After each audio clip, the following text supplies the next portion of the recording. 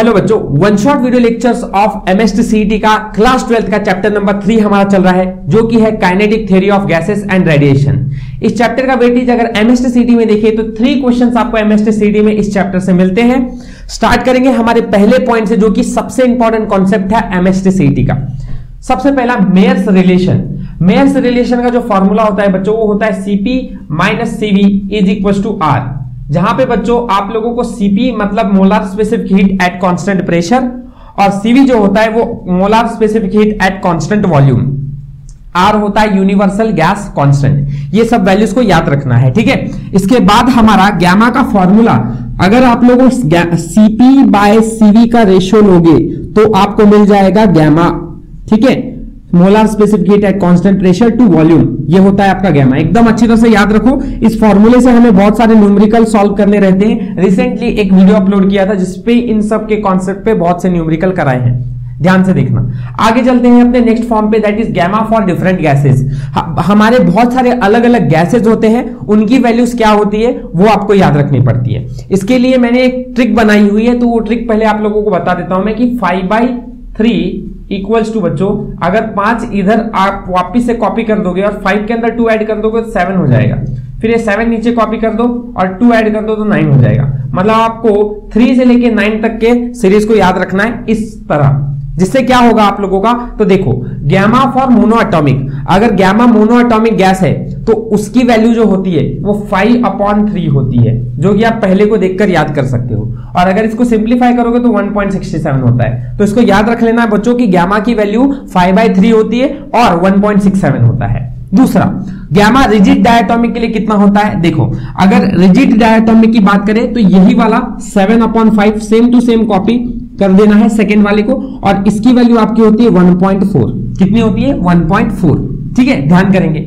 आगे non rigid diatomic की value पूछेंगे तो वो होती है सेम, लास्ट वाला 9/7 इक्वल्स टू 1.2, ठीक है। तो ये 3 वैल्यूज को आपको याद करनी है और इससे बहुत से क्वेश्चंस आपके सॉल्व हो जाएंगे सीईटी के, राइट। चलो, तो ये फटाफट याद कर लेंगे, थोड़ा मेरे साथ रिवाइज करो। 5/3 equals to 7/5 equals to 9/7, and ये सब वैल्यूज होती है मोनो डाया रिजिड की और नॉन रिजिड की। डायटोमिक की 2 अलग अलग पार्ट्स हैं, जिसमें एक रिजिड होता है एक नॉन रिजिड होता है। तो दोनों वैल्यूज को ध्यान से याद रखना, कंफ्यूज मत होना इसके अंदर, ठीक है। चलो, समझ गया है तो आगे बढ़ते हैं और अपने नेक्स्ट कॉन्सेप्ट पे चलते हैं। ये सारी वैल्यूज के बाद अब हमारा अगला कॉन्सेप्ट आता है, which is 4th one, and this is for polyatomic gas. किसके लिए? Polyatomic gas. चलो तो बच्चों आगे देखो, यहां पर अगर आप पॉलीएटॉमिक गैस के लिए गैमा की वैल्यू देखोगे तो gamma equals to 4+F/3+F। Very simple, एकदम आसान, ज्यादा डिफिकल्ट नहीं है याद करने के लिए। और देखो F जो रहता है वो आपका क्या रहता है? Degree of freedom. क्या होता है? डिग्री ऑफ फ्रीडम, ठीक है। तो ये आप लोगों को एग्जाम में अगर देंगे तो ठीक है, नहीं देंगे तो आप लोगों को ये फॉर्मूला सिर्फ पॉलीएटॉमिक के लिए याद रखना है कि 4+F/3+F होता है, राइट। चलो, इस तरह से हमारा ये जो गैसेस का कॉन्सेप्ट था ये सारा का सारा खत्म हो जाता है। इसके बाद हम अपने कुछ स्पेशल गैस के, मैं आपको प्रूफ दे देता हूं, आप लोगों को उसको याद रखना है। सीईटी में उस पर डायरेक्ट क्वेश्चन आएगा, डायरेक्ट आपको पूछेंगे कि Cv की और Cp की वैल्यू फॉर गैसेस के लिए कितनी होती है। तो मैं आप लोगों को बोल रहा हूं कि ये स्पेशल, ठीक है, फॉर्मूले, इसको याद रखना है, बहुत इंपॉर्टेंट है बच्चों। एग्जाम में डायरेक्ट ये फॉर्मूला पूछा जाता है, ठीक है। अच्छा, आपको पूछा जाता है कि गैमा के टर्म्स में आपकी Cv की वैल्यू कितनी है। तो देखो बच्चों, Cv की वैल्यू अगर आपको पूछे रहे हैं तो वो R अपॉन गैमा -1 होता है Cv की। और सेकंड, अगर Cp की वैल्यू पूछ रहे तो वो होता है R into gamma upon gamma -1। या आप मेरे ऊपर विश्वास नहीं करके प्रीवियस ईयर क्वेश्चंस आप खोल कर देखो, आपको गारंटीड Cv की वैल्यू और Cp के अलग अलग ईयर्स के अंदर कितनी बार तो न्यूमेरिकल्स पूछे। तो आप लोगों को ये फॉर्मूला डायरेक्ट याद रखना है कि Cv R अपॉन गैमा -1 और Cp R gamma upon gamma -1। बस थोड़ा सा फर्क है दोनों में कि गैमा इधर आ जा रहा है, ठीक है। अब इस सारे क्वेश्चंस आप लोगों के लिए हम प्रीवियस ईयर क्वेश्चन में देखेंगे कि ये कितना यूजफुल है। आगे की थ्योरी पे बढ़ते हैं। Pressure exerted by an ideal gas. ये जो pressure exerted by ideal gas रहता है आप लोगों का सबसे बड़ा डेरिवेशन है, दैट इज 1/3 ρc स्क्वायर होता है, राइट ना बच्चों। तो pressure is equal to 1/3 ρc square. Rho density है और सी वेलोसिटी है, राइट। तो आप ये लिख सकते हो, और इसके साथ साथ डेंसिटी का मतलब मास अपॉन वॉल्यूम होता है, तो आप इस फॉर्मूले को भी लिख सकते हो।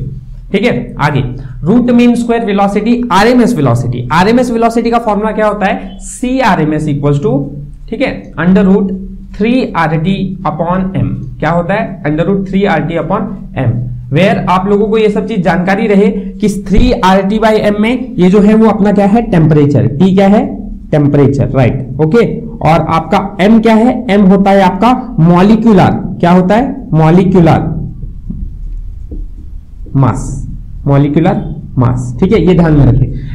R क्या है, यूनिवर्सल गैस कांस्टेंट, तो ये आपको पता है, ठीक है। यहां पर एग्जाम पे आपको डायरेक्ट सवाल C RMS is directly proportional to temperature, इसको ध्यान में रखो, इस पे डायरेक्ट सवाल आपको रहता है। दूसरा एक फॉर्मूला रहता है सी आरएमएस का, वो भी याद रखना पड़ेगा बच्चों, that is under root of 3 kBT, क्या, kBT अपॉन स्मॉल m। इस कैपिटल एम में स्मॉल m में फर्क है, ये आपका सिर्फ मास है, क्या है, मास, किसका मास, वेट हो सकता है, वो आपको एग्जाम में देख के रखेंगे।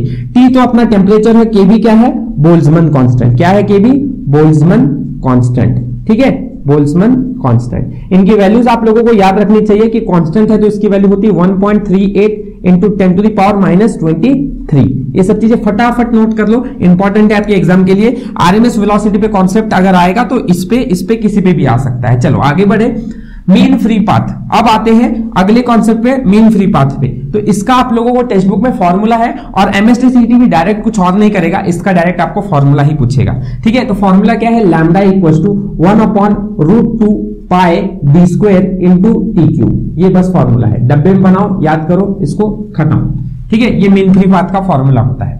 Kinetic energy of gas, average kinetic energy gas की कितनी रहती है, तो आप लोगों को ये इस पे सवाल हो सकता है, ये बस इतना याद रखो, काइनेटिक एनर्जी जो होती है एवरेज, वो 3/2 पीवी होती है, ठीक है, गैस की average kinetic energy. Kinetic energy per unit volume, तो एक्चुअली आपको बेसिक फॉर्मूला तो पता चल गया है, पर यूनिट वॉल्यूम मतलब आपको उसको V से डिवाइड करना पड़ेगा, V से V कैंसिल हो गया, तो kinetic energy per unit volume is 3/2 into P। Very good. अगला kinetic energy per unit mole. अब बच्चों इसके लिए आप लोगों को एक कंसेप्ट याद रखना पड़ेगा कि हम आइडियल गैस इक्वेशन जानते हैं, पीवी इक्वल्स टू एनआरटी, मालूम है कि नहीं आपको, यस। अगर ये नहीं पता है तो ये फॉर्मूला याद रखो कि ये आइडियल गैस इक्वेशन है, राइट। अब आप लोग क्या करोगे, जहां आप लोगों को पीवी दिखाई दे रहा है, इस पीवी की जगह पर आप एनआरटी लिख सकते हो, लिख सकते हैं। तो फॉर्मूला कैसा हो जाएगा बच्चों, मुझे बताओ। ये हो जाएगा 3/2 और क्या आ जाएगा यहाँ पे, एनआरटी, है ना। अब अगर पर मोल, पर यूनिट मोल कहा गया है, मोल मतलब आप नंबर ऑफ मोल्स को कैंसिल, एक हो जाएगा। अगर एक हो गया तो बचा क्या बच्चों, सिर्फ 3/2 R into T, very simple. तो आप लोगों का पर मोल के लिए फॉर्मूला हो जाता है 3/2 R इंटू टी। और यही फॉर्मूला अगर kinetic energy per unit molecule पूछ रहा है तो ये फॉर्मूला होता है 3/2 KB इंटू टी। क्या होता है, 3/2 KB इंटू टी। बस इतने कुछ फॉर्मूलाज है, इसको याद रखना है, ठीक है। Next concept is coefficient of absorption, reflection and transmission. ये कॉन्सेप्ट में क्या हो रहा है, जो भी आपका इंसिडेंट हीट होता है ना बच्चों, ठीक है, सपोज करो एक सरफेस है जिसके ऊपर हीट इंसिडेंट हो रहा है, ये हीट क्यों अगर इंसिडेंट हो रहा है, सपोज करो 500 जूल की हीट यहाँ पे इंसिडेंट हो रही है, तो ये हीट जो है वो कितने कुछ पार्ट्स में डिवाइड हो जाता है। पहला तो कितना इसके अंदर आप लोगों का रिफ्लेक्ट होगा, कितना एब्सॉर्ब करेगा और कितना ट्रांसमिट करेगा, ठीक है। तो आप लोग इन तीन चीजों की वजह से ऐसे लिख सकते हो कि heat absorbed plus heat reflected plus heat transmitted, इन तीन पार्ट के अंदर आप लोगों का हीट, एक इंसिडेंट हीट डिवाइड होता है, ठीक है। अब अगर आप लोग देखोगे तो मैं हर एक टर्म में अगर QA बाय Q करूंगा तो मेरा कोएफिशिएंट ऑफ एब्सॉर्प्शन आ जाएगा, कितना हीट एब्सॉर्ब हुआ है तो कितना हीट इस पे आया है, इंसिडेंट हुआ है। एब्सॉर्ब अपॉन इंसिडेंट का रेशियो जो होता है उसको हम कोएफिशिएंट ऑफ एब्सॉर्प्शन बोलते हैं। वही अगर आप लोगों का कितना हीट ट्रांसमिट हुआ है अपॉन कितना हीट इंसिडेंट हुआ है, इसके रेशियो को हम कोएफिशिएंट ऑफ ट्रांसमिशन बोलते हैं। And in the same way QR by Q जो होता है वो कोएफिशिएंट ऑफ रिफ्लेक्शन होता है। अगर मेरे को ये चीज यहां पे लानी है तो मैं हर टर्म को Q से डिवाइड कर देता हूं। तो यहां इक्वेशन 1 जो है वो ऐसा होगा कि Q upon Q will be equals to QA upon Q plus QR upon Q plus QT upon Q, ठीक है ना बच्चों। तो अब मेरे को बोलो QA अपॉन Q का मतलब होता है A, तो I can write in the place as, इसके जगह पर 1 equals to A plus R plus T। तो ये आपका रिलेशन होता है coefficient of absorption, reflection and transmission का, और वो सब मिलाकर कितना होता है 1। दैट इज इन सबका अगर आप हीट इंसिडेंट देखोगे तो ये तीनों मिलाकर कितना हो जाएगा 1 हो जाएगा। ठीक है, ये होता है एक ऑर्डिनरी बॉडी के लिए coefficient of absorption, reflection and transmission का रिलेशन। ठीक है, अब आ जाते हैं अपने नेक्स्ट कॉन्सेप्ट पे, दैट इज कि आपका इमिसिव पावर का फॉर्मूला क्या है। तो इमिसिव पावर को हम ई से बताते हैं, in it has the formula as heat transmitted per unit area per unit time. कितना हीट ट्रांसमिट किया गया है पर यूनिट एरिया में पर यूनिट टाइम में, इसको हम बोलते हैं इमिसिव पावर। ठीक है ना बच्चों। अब आपका जो हीट है वो क्यू जो रहता है वो कोई क्या होता है आपका, कितना हीट मतलब क्या है, आप लोग हीट बोल सकते हो या फिर आप बोल सकते हो कितना वर्क किया गया है ना, ये चीज आप बोल सकते हैं। यहाँ पे ए एरिया है, टी टाइम है, तो ये सब चीजें आप लिख लो, इसमें कोई प्रॉब्लम नहीं आनी चाहिए। ठीक है, ऑर्डिनरी बॉडी के लिए आपका emissive power Q upon A into T होता है। तो अगर इससे यूनिट आपको याद करना होगा तो यूनिट क्या होगा आपका, हीट का यूनिट होता है जूल, पर एरिया का यूनिट होता है मीटर स्क्वायर और टाइम का यूनिट होता है सेकेंड। तो joule per metre square second होता है। और या फिर इसका यूनिट आप ऐसे भी याद रखते हो कि जूल पर सेकेंड का मतलब होता है वैट, तो वैट पर मीटर स्क्वायर ये भी एक यूनिट हो सकता है आपका। ठीक है ना बच्चों, तो ये हो गया इमिसिव पावर का कॉन्सेप्ट खत्म। अब आते हैं क्रिचॉफ्स लॉ पे। अब ये क्रिचॉफ्स लॉ ऑफ रेडिएशन है, इसको याद रखना। ये क्या बोलता है कि coefficient of absorption equals to coefficient of emission. एकदम आसान, ठीक है, याद कर लेंगे इसको। अगला coefficient of emission. Coefficient of emission is nothing but emissive power of ordinary body to emissive power of perfectly black body. इतना सा ही काम है। Coefficient of ordinary body to coefficient of आपकी black body, perfectly black body की जो ratio होती है उसको हम बोलते हैं कोएफिशिएंट ऑफ इमिशन। आगे विंस डिस्प्लेसमेंट। विंस डिस्प्लेसमेंट ये सिर्फ इतना कहता है सिंपल कि लैम्डा जो रहता है maximum wavelength is inversely proportional to its temperature. ठीक है, lambda max is inversely proportional to its temperature. ठीक है ना। अब इससे क्या क्या रिलेट हो जाएगा, तो आओ अभी हम लास्ट पॉइंट पे बात कर ले इस चैप्टर के, विच इज आप लोगों का ये फॉर्मूला है ये सिंप्लीफाई होके बन जाएगा ऐसा कि लैम्डा मैक्स जो है equals to something constant upon temperature T. ये जो कांस्टेंट है something which is B is Wien's displacement constant. क्या है ये, विंस डिस्प्लेसमेंट कांस्टेंट। ठीक है ना, ठीक है, ओके। अब अगर ये कांस्टेंट आपका है तो आप लोग यहां पर क्या बोल सकते हो कि B का formula lambda max into T will be equals to B. ठीक है, ये आप बॉक्स बनाकर रख लो और आप लोगों को इस पे ही क्वेश्चन सॉल्व करने रहते हैं। अगर ये कांस्टेंट है तो पक्का इसका कुछ ना कुछ वैल्यू होगा। ये होगा 2.898 into 10 to the power -3 metre. क्यों मीटर, क्योंकि आप लोगों का वेवलेंथ जो होता है वो मीटर में होता है, केल्विन, क्योंकि टेम्परेचर जो है वो केल्विन में है। ऑलराइट, अब आते हैं फाइनल की तरफ विच इज आप लोगों का लास्ट कॉन्सेप्ट है Stefan Boltzmann law. Stefan Boltzmann law, ठीक है, बोल्ट्जमैन लॉ। अब ये क्या बोलता है बच्चों, तो यहां इनका कहना सिर्फ इतना ही था कि जो भी आप लोगों का इमिसिव पावर है, इमिसिव पावर जो है वो इमिसिव पावर डायरेक्टली प्रोपोर्शनल होता है fourth power of its absolute temperature, which can be also wrote as कि अगर मैं इमिसिव पावर को E लिखूं तो E equals to fourth power directly proportional that is sigma, जो कि स्टीफन बोल्ट्जमैन कांस्टेंट है, into fourth power of its absolute temperature T⁴। Okay, so I can write, ये एक फॉर्मूला हमारा आ गया।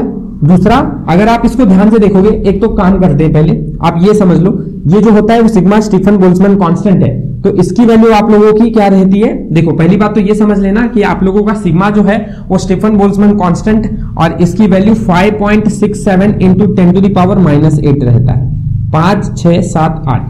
ठीक है, अब देखो अगर इसका यूनिट कोई पूछ रहा है तो इसका यूनिट होता है इमिसिव पावर है। इमिसिव पावर का यूनिट आप लोगों को पहले ही बताया हुआ है कि वो joule per metre square kelvin second होता है। तो अब अगर आप इसका यूनिट लिखोगे तो टेम्परेचर जो है वो इधर आ जाएगा, तो सिग्मा का फॉर्मूला होगा E upon T to the power 4, where emissive power is nothing but joule per metre square second into, यहां पे आपको याद रखना है कि केल्विन रेज़ टू 4 भी लिखोगे क्योंकि इसका टेम्परेचर का भी यूनिट यहां डालना पड़ेगा। ठीक है, या फिर watt per metre square kelvin raise to 4, ये भी यूनिट हो सकता है पॉसिबल।